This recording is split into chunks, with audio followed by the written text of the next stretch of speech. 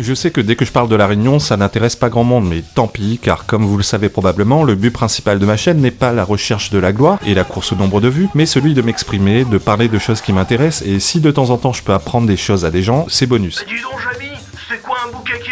Je suis tombé sur une info qui m'attriste, provenant d'un média local. La statue de Mahé de la Bourdonnais installée dans le square du même nom à l'entrée de Saint-Denis de la Réunion en 1856 sera prochainement déboulonnée. Cette statue, je la connais particulièrement bien, car Saint-Denis est la ville de mon enfance et accessoirement là où j'ai vécu les 3/4 de ma vie. Ce square, je venais d'ailleurs y jouer souvent quand j'étais gosse. Je me suis souvent enorgueilli du fait que cette folie décolonialiste et déboulonniste tout droit venue des États-Unis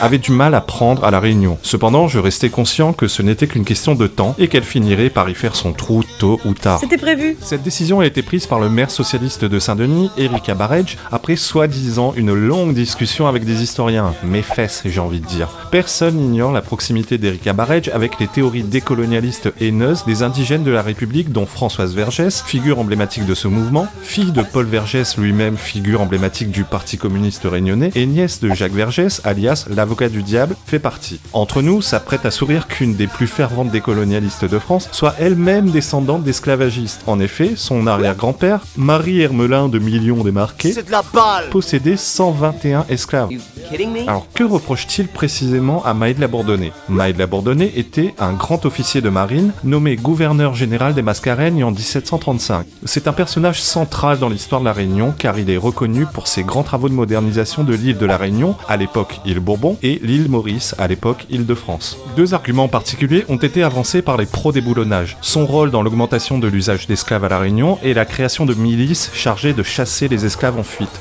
Comme le déclare à juste titre Prosper Ève, historien réunionnais connu et reconnu, qui sommes-nous pour juger les hommes du passé et séparer sans risque d'erreur les purs des impurs?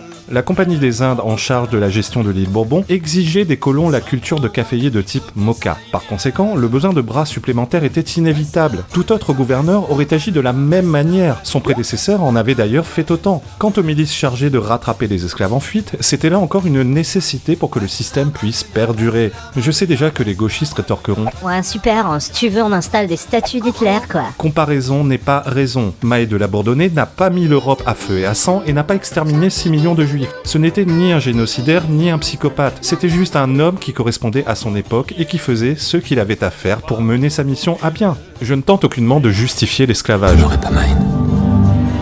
Tout ce que je dis, c'est que l'esclavage en Outre-mer n'était pas motivé par la haine, mais par des besoins économiques, et qu'on ne peut juger une société tout entière d'il y a plusieurs siècles avec un regard du 21e siècle. Prosper Ève dit aussi « Si la mairie de Saint-Denis veut vraiment honorer la mémoire des esclaves, elle doit cultiver l'addition et non la soustraction. C'est d'ailleurs ce qui a toujours été mis en œuvre à La Réunion. On n'a jamais tenté de nier ou de minimiser notre passé esclavagiste. En place, on a éduqué les Réunionnais afin qu'ils regardent leur passé avec sérénité et non avec un désir de vengeance qui n'aurait aucun sens et aucun avenir. Trouver le chemin vers la réconciliation. Et surtout, si les décolonialistes décident de s'attaquer à tous les symboles du colonialisme et de l'esclavagisme à La Réunion, eh bien, ils sont mal barrés, puisque s'il est archi faux de dire que la France métropolitaine s'est considérablement enrichie grâce à l'esclavage, Les historiens le savent. eh bien, La Réunion et les autres Outre-mer ne doivent leur existence que grâce à l'esclavage. Face à la pression économique des autres empires qui pratiquaient également l'esclavage intensif, notamment la Grande-Bretagne, la France n'avait d'autre choix que de s'aligner. Si elle ne l'avait pas fait, elle aurait dû abandonner l'Outre-mer ou plus probablement vendre ses terres.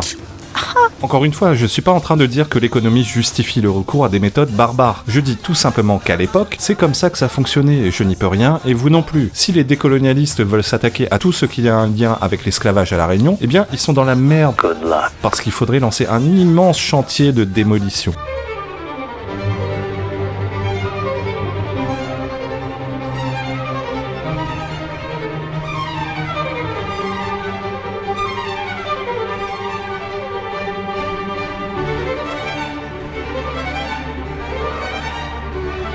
Ah oui, et donc ça va de soi. Il faudrait aussi demander l'indépendance si on veut aller jusqu'au bout de la logique décolonialiste. Ainsi, ils pourront réaliser leurs rêves et faire de La Réunion un immense trou à merde façon Haïti. Madame Barej et tous vos amis gauchistes, un jour, vous aurez à rendre des comptes.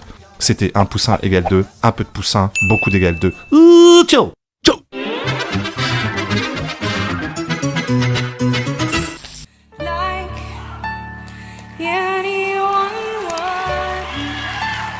I am flattered by your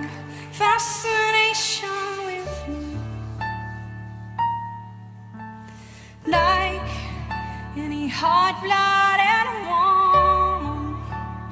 I have simply wanted an object to crave.